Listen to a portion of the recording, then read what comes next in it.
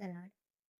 ఆస తన దేవుడైన యెహోవాకు మొరపెట్టి, యెహోవా విస్తారమైన సైన్యం చేతిలో ఓడిపోకుండా బలము లేని వారికి సహాయము చేయుటకు నీకన్నా ఎవరునూ లేరు. మా దేవా యెహోవా మాకు సహాయము చేయుము. నిన్నే నమ్ముకొని ఉన్నాము. నీ నామమును బట్టియే ఈ సైన్యమును ఎదిరించుటకు బయలుదేరుచున్నాము. యెహోవా నీవే మా దేవుడవు. నరమాత్రులను నీపైని జయమొందనీయకుము. 2 దినవృత్తాంతములు 14 అధ్యాయము 11 రాజైన ఆస ప్రార్థన ధ్యానం. బలము లేని వారికి సహాయము చేయుటకు నీకన్నా ఎవ్వరునూ లేరు. మన శక్తి వనరులు చాలకపోయినా దేవుని సహాయము అసమానమైనది. మానవ శక్తి పరిమితమైనది, కానీ దేవుని శక్తి అపరిమితమైనది.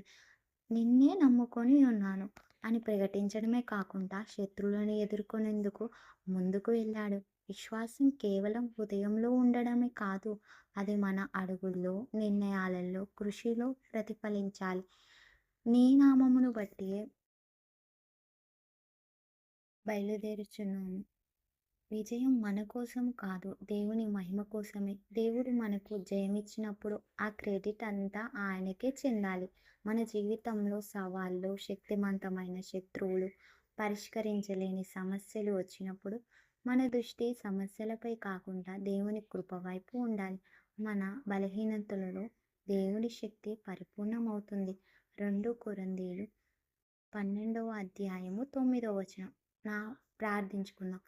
ప్రభువా, నా శక్తికి మించిన ప్రతి పరిస్థితుల్లోనూ నన్ను బలపరచుము. నా హృదయము నిన్నే నమ్ముచున్నది. నా ప్రతి అడుగులో నీ నామమును మహిమపరిచేలా నడిపించుము.